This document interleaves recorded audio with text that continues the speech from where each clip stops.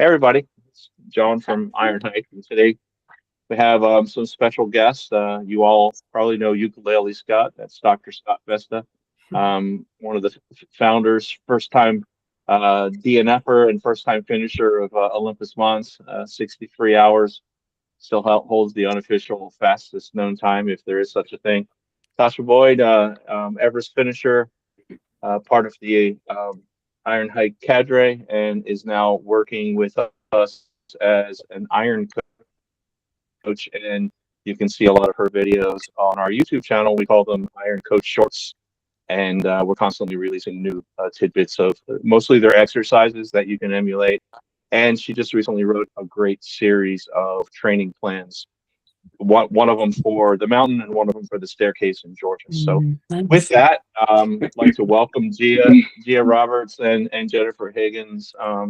Both of them are IronHike finishers. They have a very interesting story. Gea recently in June, and that's last month still, right? Yeah, June.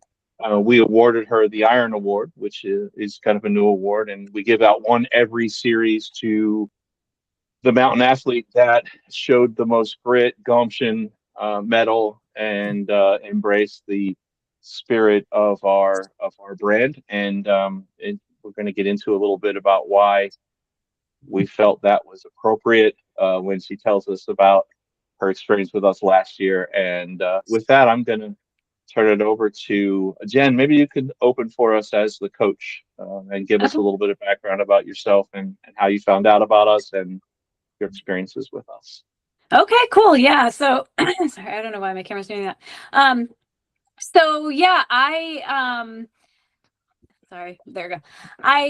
I'm a coach and a trainer. I'm also a mental health clinician, and I love how physical challenges improve our mental health. And so I love encouraging, clients of mine, however I'm working with them, I'm always encouraging, physical challenges to help people find their own strength and find out how strong they are, what they're capable of, surprise themselves.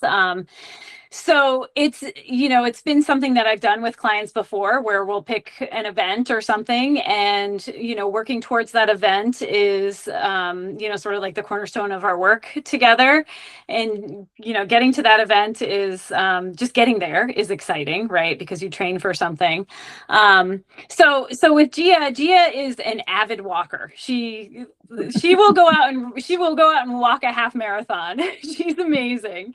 And she had been working a lot on building strength and learning to basically trust her body and trust her stability and her sturdiness and balance and things like that. So we were looking for a challenge, and I honestly can't even remember. I think probably maybe I saw something on Facebook or whatever about what you guys were doing, but you came across my vision, and it just seemed like a great opportunity for Gea to focus on something where she could really challenge herself. But also, I love the context of we're all in this one space, so it feels kind of safe, it feels supported and like a great environment to try to really push yourself and feel, supported and safe, and like this is really doable. So that's how we got there. Tell me about safe. Give me a little more insight into what you mean. Well, I think that some events, I think when there's an event so I used to do a lot of Spartan racing, and I used to coach people to Spartans. But something about that can feel very scary, because you go out on this trail, you go out on this route or whatever, you don't know what's coming. And that can be sort of overwhelming for people, and can kind of stop people in their tracks or whatever. And with the experience being repetition up and down the mountain, you're really just focused on your physical ability and your I'll say your mindset to master your physical ability. You're not having to worry about, I don't know, getting lost or, coming up against some level of terrain that, you're not ready for or whatever. So I think it's a nice concentrated area, which makes people feel safe. Outstanding. Yeah. So you brought two of your teammates or clients or people that you're coaching, right, to be with us. Is that right? Well, so Gia is, I coach Gia and I ran with Maya, who is just a good girlfriend. I see. Yes, Okay, yes, yes. not connected to your coaching practice. Yeah, she was a lot Right. of fun. I was hoping she would join us today. She was super energetic. So Yeah, yeah. She's very high energy and a good time for sure. so Yeah. with that, yeah, thanks for sharing. So tell us about last year and tell us about this year. Yeah. So last year, Gia, we set that goal and we trained, although it is very hard to find that steep of elevation anywhere besides just being right there on the mountain. So it was hard to replicate exactly, that incline or whatever. And Gia was so ready. I mean, Gia's mindset is so tough. If she's, going to do something, she's going to do it. And I see this in just our sessions, working out and stuff like that. Like she always will take it to failure. She will always try heavier weights and things like that. So she was ready. And unfortunately, at some point she started to have pain in her knee. Um, so she pushed so hard. She pushed so hard and like pushed through the pain of that knee all day long. And eventually she was in so much pain, I had to encourage her to call it Yeah, because before we hit our goal, because we were worried about like really doing some damage and the level of pain that she was at, which was devastating for her because she put so much into it. I was there and Yeah. I could feel her pain. I tell you, one of my most exciting moments in the last 6 months was when I saw her name come back across the Love registration it. list to come in June, and I went like there was a real quiet hell yeah in my head because like she's coming back, and I was Yeah. excited about that. And she showed up, and it was game on from the minute she showed up. I was Mhm. so happy to witness it. So with that, Gia, Yeah. I'll hand it over to you and ask you to tell us a little bit about your journey. Hi, Scott. Hey, I got to interrupt real quick in amend John's story because he just told a lie. I did. It Oh, was you did? unintentional, I'm sure. Uh-huh, yeah. He called me and he said, "This is so cool." And he said, because I hadn't met you yet. I typically miss one a year, and that's the one. And yeah, he called me and he's like, "Oh, this is the story." And she's coming back. You make And up. then, okay, yeah. So I left that part out. And then so the award that we give out, we've been giving out awards kind of like maybe the last three series, and we finally settled in on this thing that we call the Iron Award. And it's very simply who we, subjectively, the cadre, feel it's very subjective, who we feel exuded, projected, brought the energy that we like to embrace. And when we were all done, when she was finished, she was about to finish. So she had her orange hat on. She was heading up the mountain for the last time. And I walked over to everybody and I said, "This is it. This is the award." And there were other people who might have been on that list. And I said, "No, no, no. Everybody off the list. It's Gia." And they all kind of said, "Yeah, okay, we agree." And when she came down, it was nighttime too. She came down. Um, and we were talking about this yesterday in the tribe call. We gave her her celebration, the cookie, the hugs, the photographs, and then I got the honor of handing her the first ever what we now call the Iron Award, and it was well deserved. So now, Gia, since Scott called me out on not telling the whole truth and nothing but the truth, something else? Do yeah, I 100% do. But Gia, I had not met you until at this point, right? And then you showed up and you started walking. And John and I actually started talking about this well before everybody was walking. And he mentioned your name, and I was like, and I would be the first. I was like, what? No, no, you're giving an award to someone because they're coming back. No, that's no. And I even made this analogy about it, right? Um, and I likened it. to a Survivor, the Survivor television show, right? Where you have the one person where they have the food challenge, right? And it's all of this nasty food, and there's someone on there that's like, I can't eat that. Oh my God, I can't eat that. And then at the end, there's a tie, and inevitably you get to pick, okay, I want that person that I'm going to go against. And then that person who wouldn't do it, they come back and they do it, and they're the hero. Oh my God, you were so great. But if they would have done it in the first place, it would have been a moot point. And that's what I told him. And I'm like, so you're just giving it to someone because they came back. And he was adamant. He's like, you don't know. You just wait. And I would like to tell you that he won me over, but he did not. You did. And when he got to the point now where he's like, okay, this is it. Because up until this point, he would be like, oh, this is it. I'm like, no, what about this? No, what about this? Right. And then you got to that point where you won me over, and he's like, what about this? And I was like, yeah, I have no argument. I have no rebuttal. I have nothing. Right. And as Paul Harvey would say, that is the rest of the story. Now go ahead, Gea. And he knows I'm right too. Well, I gotta say, it was so unexpected. I never knew that. I know it was the first time I found that out, but it was so unexpected. And I think there were so many other people that award could have gone to. It was extremely humbling to receive it.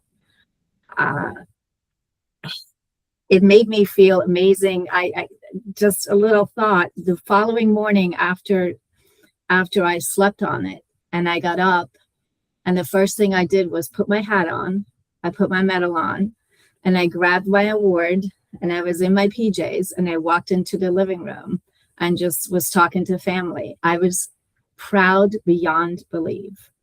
I was so proud of myself, and it just brought something inside of me that I finally, maybe it helped a little bit reaching that sense of, I believe in myself. I know I can do this. I did it. And that was huge for me, that I actually completed this. It was huge. So. It was a journey. It was a journey that I felt honored to watch from last year to this year. These type of experiences that you had with us was our founding vision, that we would create an environment that was safe, that was wholesome, that was artificial hard, right? But not so hard that it was ridiculous, but it was manageable, and that everybody could pick. If you look at the way we build things, you could pick 12 all the way up to 84 hours, right? You could pick 72 hours by yourself or 72 hours with 3 other friends. And so everyone gets to pick their hard. And you picked your hard, and it did you in last year. And you were determined for months and months on end to come back and take it back. And to watch you come back and take it back was amazing. And I think you made Scott cry, and he left. I do. Did you cry and leave? Is that what happened? You started crying? No, I did. I swear, I did shed a genuine tear because that was beautiful. Like I love the human element. I love the winner. I love the underdog. I love, however you want to say that. I love that. And I'm the guy. I still cry when I hear the national anthem every time, right? Because that is just ingrained. That winner's attitude, and I love that. I got some ice for my tea. I didn't go away to, Okay, powder your nose. Yeah. I went to get. It looks like you had some sort of Well, I just want to add, because I was there that first year, and really your determination, I had no doubt that you were going to come back and get it done.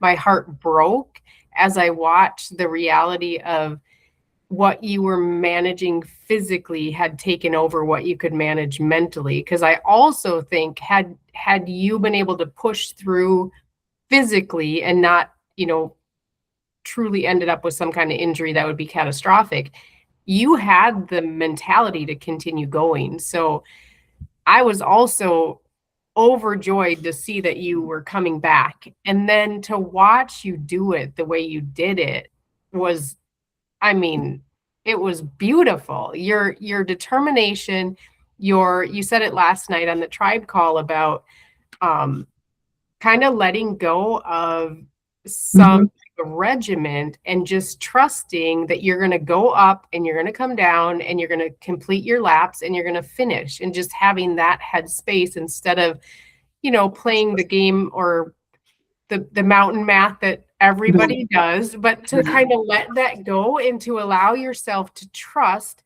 that, you had gained so much belief in yourself from what you did the year before, that now you could take that with you and you could go up. And I just being able to watch it and witness it was absolutely beautiful. And you more than earned that award. We were all in agreement on it. There was no doubt, because that, I think, is, like John had said, it really is, you embodied what IronHike is about, what our culture is about, what our purpose, what our mission is about. So nicely done. I'm so glad I got to witness it. Well, I appreciate that. I mean, I know I did it, but I couldn't have done it without, first of all, Whole Health Wellness. Jen Higgins, my coach, she has given me so much, believing in myself, understanding that I'm enough, understanding that I can push through certain limits. And I think I only truly decided to come back, which was the Monday before when I registered, that I said, I am going, because I remember talking to Jen about it, and she says, I'm actually doing the IronHike. And I'm like, you know what, Gea? You can do this all on your own. And I just was determined to get it done and to do it at my own pace and just get it done. I had zero expectations going in, and I think that was the healthiest way for me to do this, is have zero expectations, just have fun with it. And it was great. That Monday for me was referred to as Hell Yeah Monday. I saw your name come flying in on the registration list, and I went, yeah, hell yeah. So, Gea, tell us a little bit about IronHike in general, like your first impression of us. You show up, we're there, we're setting up. What was your first impression when you left last year? We know the story from you struggled with last year and then you came back, but tell us about leading up to the beginning of last year, and how was it different this year? Like, what's the vibe there? Like, I'm hoping that people that are IronHike curious are going to watch this and kind of understand. I mean, they're hearing your story, but I want people to be able to envision themselves and the things they're dealing with, and come to this venue to kind of attack those same demons, if that makes sense. So tell us about your experience with us in general. Yeah, so I think it was like Jen said, it came across her view and it was suggested, and I was like, yeah, let's do it. No idea what to expect. I have never done anything like this. So we drove up together, we get there, and it was not intimidating. I think that's what was so comforting to me. Also, having Jen by my side, I will admit to that. She's always a comfort. But besides that, it was just very laid back, if I may say that. It was kind of a laid back atmosphere. It was easygoing. I felt, and safe is a really good word. I felt safe in the environment. It wasn't intimidating. I was ready to go the moment I got there. I just wanted to get started. And the community, I think, is what really got me as the day went on, is having the encouragement from all you guys on the sidelines, on the summit, at the base, always a kind word, always, you keep going, you got this, whatever it was so safe, encouraging. I have nothing but good things to say about it. Even at the end of, the first time when I did it last year, October, when Jen had to kind of say, Gea, maybe we need to quit. And that word quit, I almost was mad as to, I don't want to quit. I only got 3 more times to go. We're not quitting. But I understand as a coach where she was coming from as to long-term, you want to be safe. So I knew in my heart it was the right decision, but it was very difficult. And it took me a while after to kind of like, oh, I didn't finish. It was hard for me. But I mean, I remember Cliff coming up with, up to the summit with some, what was that? Some Tiger Balm. And Cliff trying to help me, stretch out my leg or whatever it was. It was just, it was amazing. It was amazing. And I walked away with new friends in my life, honestly, even though I don't really know you guys that well, but I feel it's a community that I'll always have. And to decide to come back was pretty easy. And it was the same experience. And I felt that the way you all made me feel was that I wanted to make sure that other people were there would feel that same feeling. So I would go up to people and say, oh, you got this. Are you here by yourself? Let's go. And you check in with people and you encourage them. That whole feeling of community was priceless. Priceless. So Cliff is great for that. I have seen Cliff break out the massager and use it on somebody's leg. I don't remember whose, but somebody's leg between every lap, and happy to do it. It's not, like there are times when you see someone do something and then the person goes away and they're like, oh yeah, I can't believe it.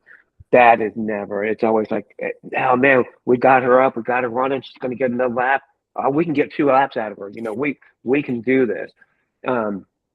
He's just an amazing person, and I'm lucky to be able to call him a friend. Amazing person, and this begs the question to John. To beg the question, go ahead. Will you join us on our Amicalola Falls inaugural Stairmaster event, on December 9th? If you hadn't had a chance to read up on it, it is a beast.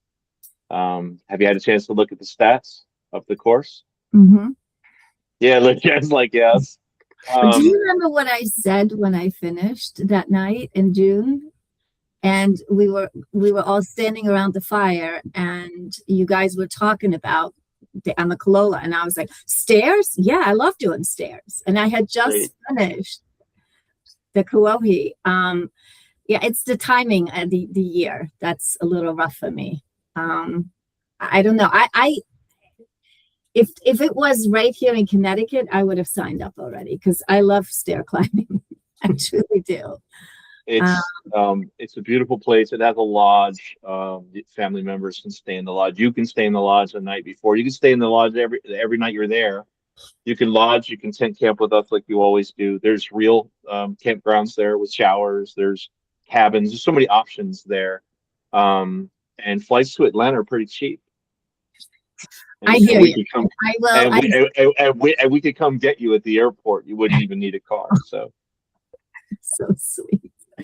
I will give it some more thought. Let me figure this out. I would love to. I would love to. Jen's going to come and bring some more of her clients, right, Jen? Yeah, for sure. I just wanted to kind of like say that when I found out that Gea had won the award, when I finished my event in June, and I came down and I found out that Gea had won the award, I like totally teared up, because this whole experience, even being there in October and it not going the way, we had hoped and everything, but her coming back and then to come away with that award, it was like, everything the coach in me wanted her to experience. You know, from the struggle to the overcoming and then like the total triumph. So I'm so grateful for you guys for like providing an opportunity for her to like have that experience of herself within that. So I just wanted to say that. Yeah, it was our pleasure. I'd like to see another triumph. And I'd love to, and I'd love to actually hang out with you both again, either in Connecticut in October or in Georgia in December. And again, we will pick you up at the airport. There's a very good possibility that I will be doing October again in Connecticut. Oh, that's outstanding. I'm not going to say it on this podcast, but you do know about the tribe alumni discount, right? There's Yes. a code, Yeah. big savings. Okay. Yeah. Okay. Good. Mm-hmm. We don't want to share it with the general public, but Scott, you were going to say something? No, all good. No, you're good. All right. So I don't want to take up much more of your time. Does anybody? And thank you so much for hanging out with us tonight. I just really a wonderful story. I teared up a little bit too, Gea, when Scott ran away. I was trying to hide it. So, but no, great story, very compelling, real inspirational. And I will probably extract that and it'll be all over social media in a couple of days. Sure. So. Let's make IronHike even more famous, right? Let's do it. Exactly. Yeah. All right. I appreciate everyone. Thank you so much. We'll see you on the mountain or on the stairs. We'll be in touch. Sounds great. So much. All right. Bye, everybody. Thank Bye. you. Bye.